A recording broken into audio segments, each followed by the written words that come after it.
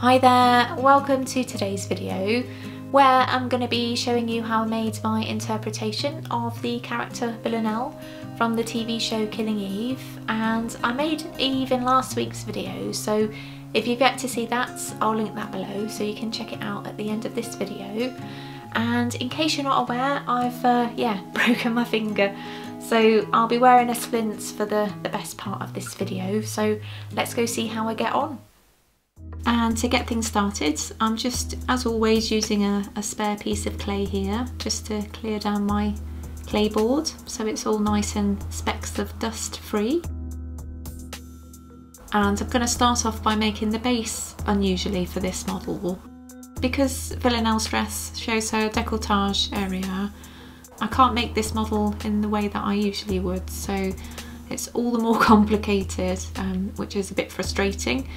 But you know, you need to challenge yourself with different projects, but this is one of the reasons why I really don't like making kind of a lot of dress designs or wedding dress models, because they're really complicated. They just take a lot longer to do really than my average sculpt.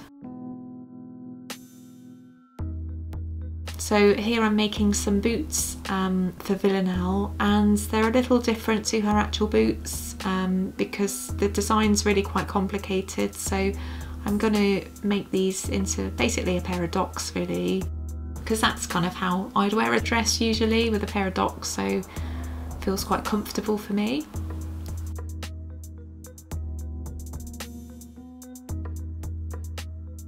I've been looking into some Killing Eve facts again for this video, and I think one of the more interesting points that I came across was that Phoebe Waller-Bridge, who's the writer certainly for season 1 of Killing Eve, considered herself for both the roles actually, of Villanelle and for Eve, which would have been really quite interesting. But she ruled herself out in the end because she really wanted there to be kind of like a notable age difference between the two characters, so you know, her age group is probably right in the middle, so yeah, she ruled herself out for that, but would have been quite interesting to see her as one of the roles actually. But as I mentioned last week, she's going to appear, or so it's rumours, in season 3 of Killing Eve, so yeah, we'll look forward to that, I think.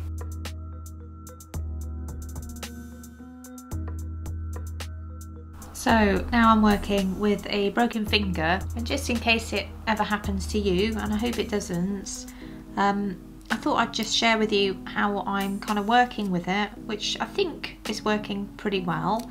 So I've got just a splint on my finger here, and I've got some tissue in there as well just so it doesn't slip, and I've got the thumb part from a latex glove, and that just kind of slips over like so, and just secure in place with a bit of tape there. So it just means that, you know, your splint doesn't get discoloured by polymer clay, which would be a bit tricky to clean really. So yeah, it seems to be working okay so far, so I just hope you can see it because it's white against the white of the background here. So yeah, anyway, let's see how I get on. So now I need to move on to Villanelle's body. So I'm just trying to craft a lump of clay into a body shape.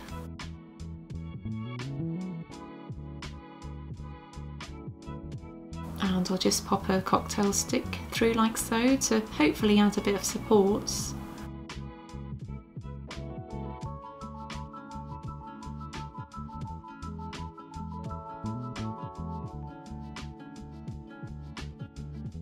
Then that attaches just like so.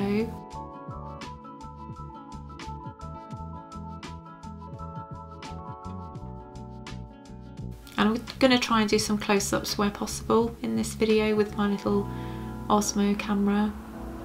I think it's more interesting to see various camera angles anyway, so hopefully it'll enhance your video experience, fingers crossed anyway. And because Villanelle's dress is see-through, I'm going to obviously have some difficulties in representing that with my polymer clay here, so I'm just going to go for an opaque look with my polymer clay, just because it's loads easier. You know, this model's going to take enough time to make as it is without really trying to overcomplicate things really. But I just want to show the black straps that Villanelle's got underneath her dress. It comes as no surprise really that the dress was received really well, and there was all sorts of knockoffs made of the design afterwards that were no doubt all snapped up. I have to say it's not my favourite dress though, however, probably a little bit sort of too pink for me.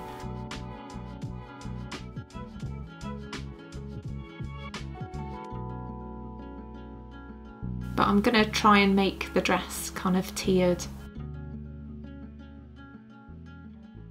I'm baking this model a few times as I go. It's really difficult to try and remember where I've baked it, so it's just really to give you an idea of how it all comes together really.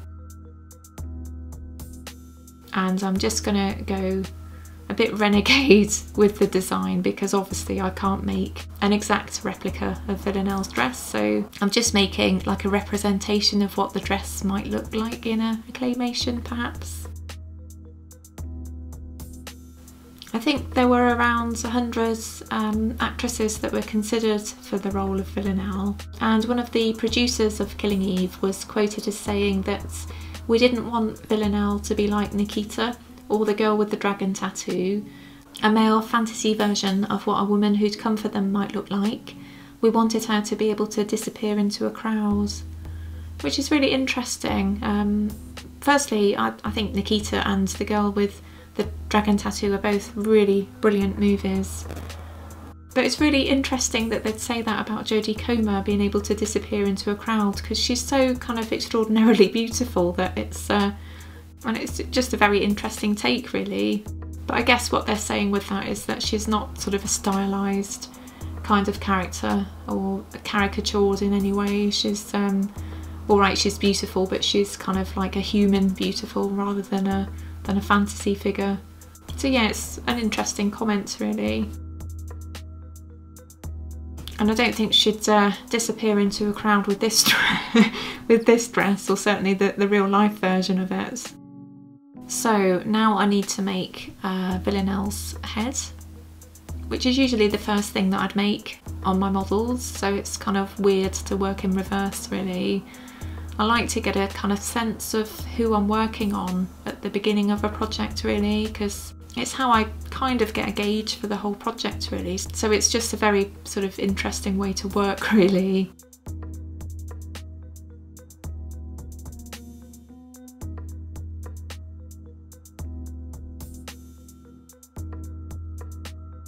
So I'm just trying to see how this is going to attach to the neck. And I think I just need to take the end off the neck there. And yeah, that sits a bit better really.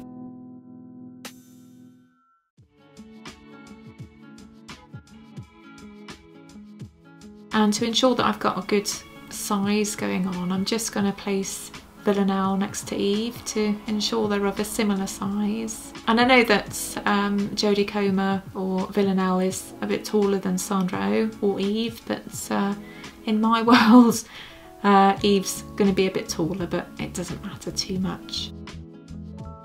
So I just need to move on to her hair, and I'm going to make it kind of ballerina style as she wears it with her dress in the series. If you're new to my channel, my name's Lizzie and I'm a polymer clay artist and illustrator, and I make weekly videos about my polymer clay sculptures and a few other bits and bobs, some tutorials, the odd review here and there. So yeah, if you like what you see, go and hit that subscribe button.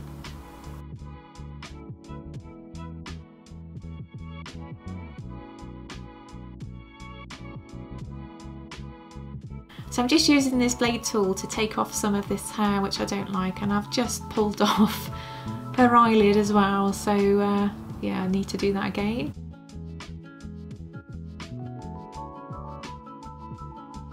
So there we go. I might play with these eyebrows further away from the camera because I need to sometimes work fairly close up to my models, so the camera kind of gets in the way a bit. But they look okay for now.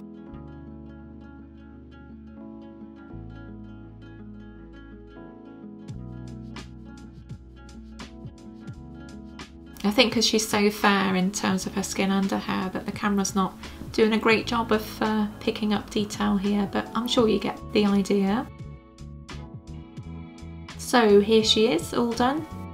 She's not my best model, I have to say, but I'm, you know, slightly out of practice with model making, and particularly making models in this way. But yeah, a good project nonetheless. And here's a polymer poster, or a fan art poster for Killing Eve, this time featuring both Villanelle and Eve. Hope you enjoyed that, and I've still to decide what I'll be making for next week's video, so if you have any suggestions for who you'd like to see clay disarrayed at any point, by all means leave those below. So yeah, I'll see you next week. Take care. Oh, before I go, I just wanted to show you some footage of some gorgeous Muscovy ducks that we came across on a walk a few days ago. Unfortunately, it appears that they've been dumped, which is unbelievable considering they're so beautiful, but thankfully a rescuer are coming to take a look at them soon, so hopefully they'll have a new home. See you next week!